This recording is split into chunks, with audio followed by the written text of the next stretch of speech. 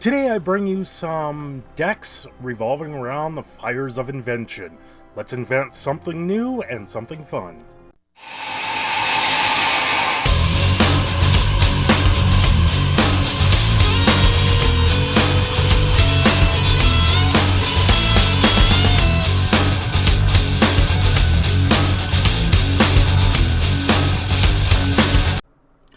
So, if people have seen a take by Travis Wu, I took his deck and kind of made it for a best of one scenario. Going with the Arboreal Gazer, four of them, the Bone Crusher Giant. Now, this card, well, sorry, I guess I should go back to the Grazer. He is a, when he enters, you put an extra land. That extra land is huge because you can ramp with it. Then we have the Bone Crusher Giant. For 2 mana, you do 2 damage to anything that can't be prevented. If he gets targeted when he's a creature in play, he does 2 more damage. So that's really nice. I went with the Teferis. He had them in the sideboard. I say put him into the main deck, especially for best of one, because Teferi is going to shut down your opponents from countering your spells. It's not so much you're playing them so you can do the sorcery on their turn. However, it is a nice added feature. There is 4 Fires of Inventions. What I'm going to show you today is all about the Fires of Invention. This card is probably one of the most broken cards that is coming out of Throne of Eldraine. I wasn't quite sure on this card, but now that I've seen decks and I've seen how to use it, it creates very much more brokenness that you can do with it. 3 roots. I find if you run 4, you'll end up drawing that 4th one as a dead card more often than not, and it's not a big deal if you don't draw it right away. Golos, you have to run 4 of these. I actually played a deck where they were running Karn, and then they brought out Sorcerer's Spyglass targeting Golos's ability, which I kind of sat there and went, what? It's Karn, I can't activate it because it's an artifact anyway.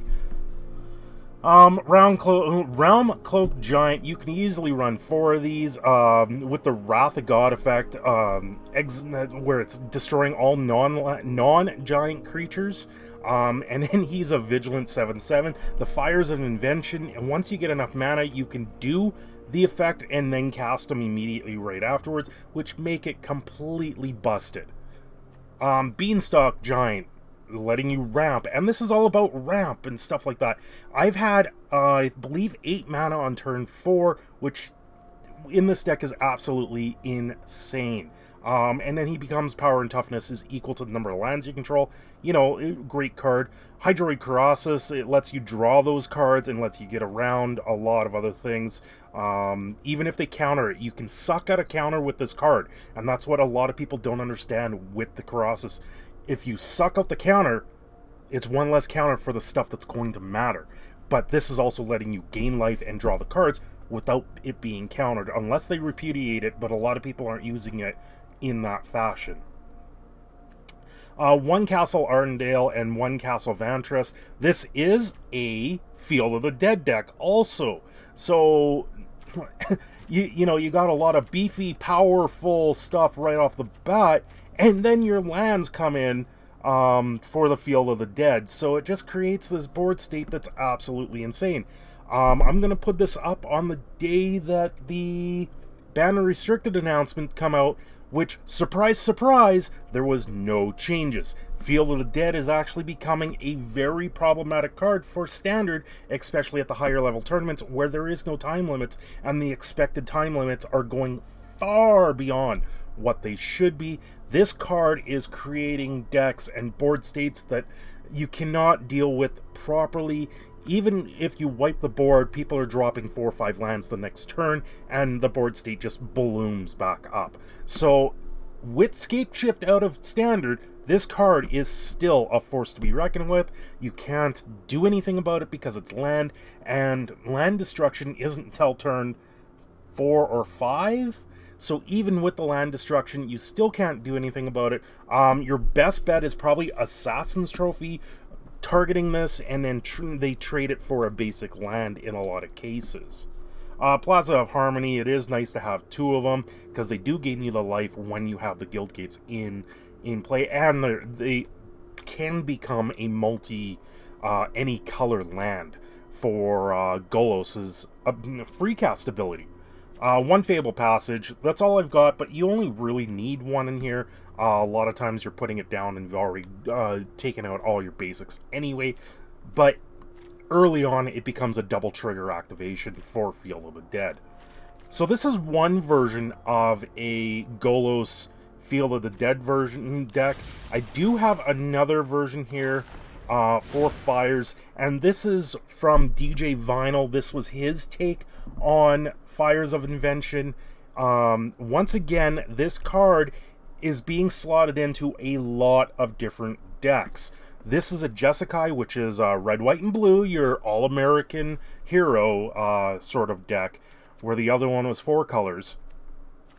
However, with this one, the whole idea of this deck is to use Flood of Tears to get Niv Mizzet, and then have Narset and Emergency Powers to cause a ripple against your opponent. You're free casting all of this, and if you cause that ripple where they can't draw cards, or they draw very little cards, this deck will outdraw them more often than not.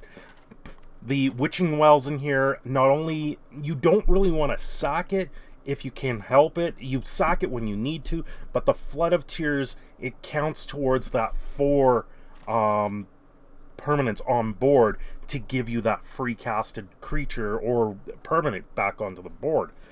Fires of Invention, once again, not only does this card let you free cast stuff, but it also filters your mana to a point where you don't need to worry about it.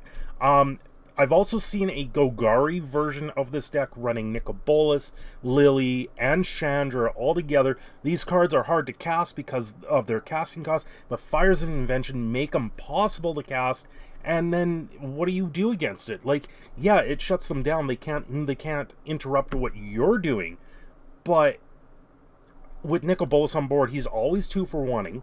Every time he draws a card, you have to lose something on your side of the field. Unless you're making tokens every round, usually you're losing a land or a card draw, and that 2 for 1 ratio with Nicol Bolas is huge, and he gets rid of things that are a problem. If they end up with a Chandra or a Lily on board, now they're double dipping on those, and it creates much more crazy interactions. Flame Sweep is in here for the early token Knights deck that's out there. However, you could go up to 4 Deafening Clarions instead of 2 and 2. I run 2 and 2 just because this is instant and you don't always have the Teferi aspect, and because you're using it usually pretty early game. The Deafening Clarion, once again, is another type that will do that. There is a Time Wipe in here, and I am actually tempted to swap these Time Wipes out for the Giant that does the same thing. Because the Giant will get rid of all non-giant creatures, and it's a little bit easier to cast, and the Fires of Invention, you're going to be able to cast it anyway, so I'm kind of up in the air on that one. I'm thinking of really switching that out. One Bag of Holding on in here just to help kind of filter stuff. There's times where you end up discarding cards at your end step, and when that happens, they go on the Bag of Holding.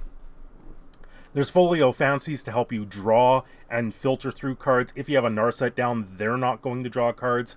But it also creates a mill engine later on in the game. You can make them draw half their deck and then mill the rest of their deck quite easily, especially when the game goes late. I use one Brazen Borer just to bounce certain things that become problematic if you don't want to do the Flood of Tears or something like that.